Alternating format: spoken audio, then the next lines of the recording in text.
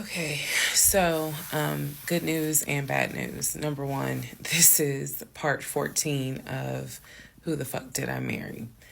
Bad news, this is going to be the last post for the night. And the reason why, good news, tomorrow's my birthday. So I'm just going to make this video, post it, and then I will pick back up probably Friday because honestly, I truly want to enjoy my birthday tomorrow. I just want to enjoy my birthday.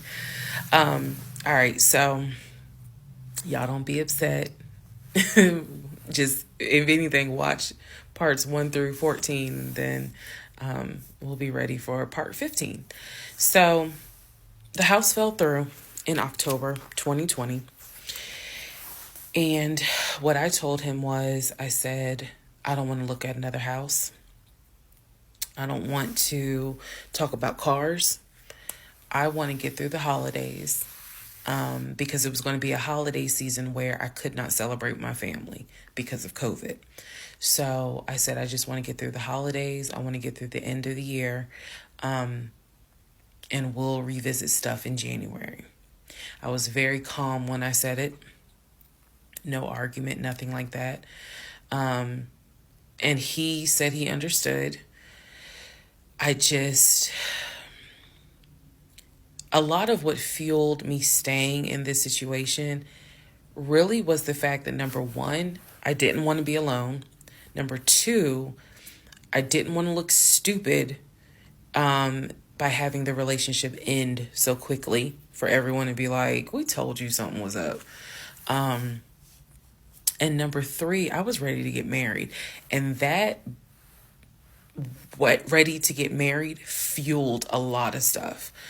And again, I was still making my audio diaries.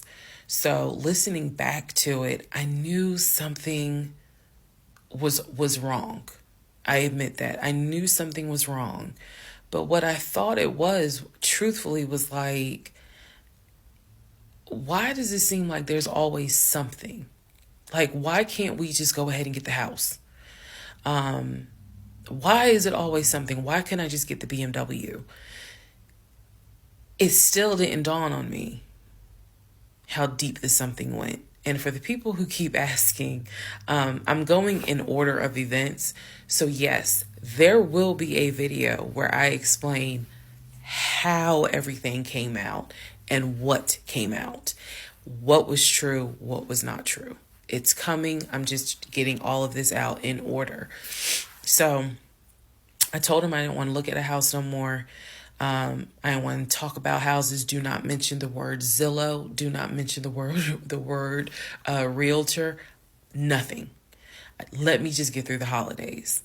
And for myself, the question was, what do you want to do? You want to stay with him? Or do you want to cut your losses? And the part that kept me constantly second guessing myself was, what if he's not lying?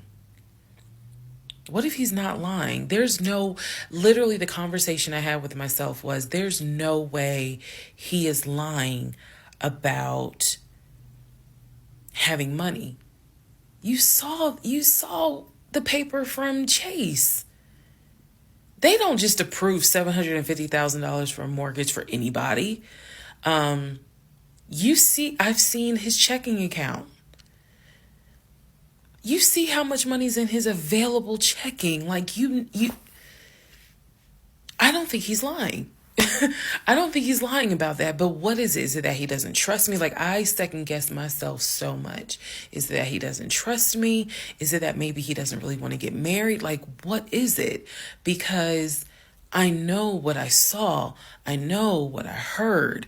I know that he's having conversations about move the money from this account to that account. I know he's paying my car note and all these bills. Like, clearly this man is making money. I know that I saw the letter from HR that states his new salary is 200 and something thousand. And I remember thinking, like, God, what, like, what am I missing? I'm missing something, but what is it? Because I know what I've seen. I know what I have touched. I have physically touched these papers. Like, I know how to read. So what is it that I am missing? He's close to his family. He talks to them all the time. He's just a regular guy that just likes to watch NFL football. He leaves me alone when I want to watch Georgia football. He's paying the bills, groceries. I haven't had to worry financially since I've met him. And as a woman who had lived on her own, paying her own bills, my God, that is the most intoxicating feeling when you meet a guy who just takes your stress and your worry away financially. But the downside is he took away the stress and the worry financially away and instead brought a mental fuck job I've never in my life had experienced. And I could not put my finger on it. I couldn't really talk to anybody about it because I'm a big believer in what happens at home stays at home. So I didn't talk to my girlfriends about it. I didn't talk to my family about it. But I just remember being like, what am I missing? What am I missing? So we did not talk about houses. We did not look at cars. We didn't do any of that for November, December. And he came to me like around Thanksgiving, and what I thought was a very open, loving conversation. And in that conversation, he was like, okay, I know I have fucked up. I know that things are not feeling too strong right now. He was like, I want us to get married. I want a home. I will show you whatever you need to see to put you at ease. He was very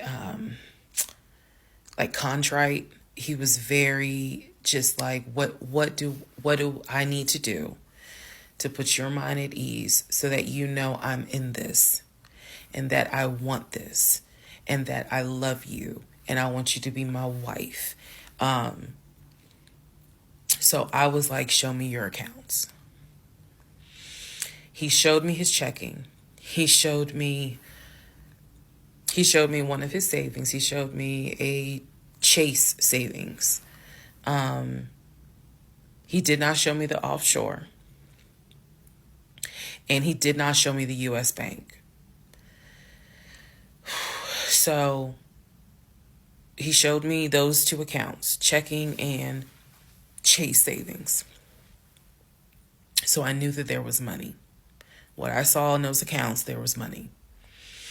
I told him, I was like, if we're going to buy a house, I want it to be through the mortgage on Chase. I don't want to deal with this proof of funds shit no more.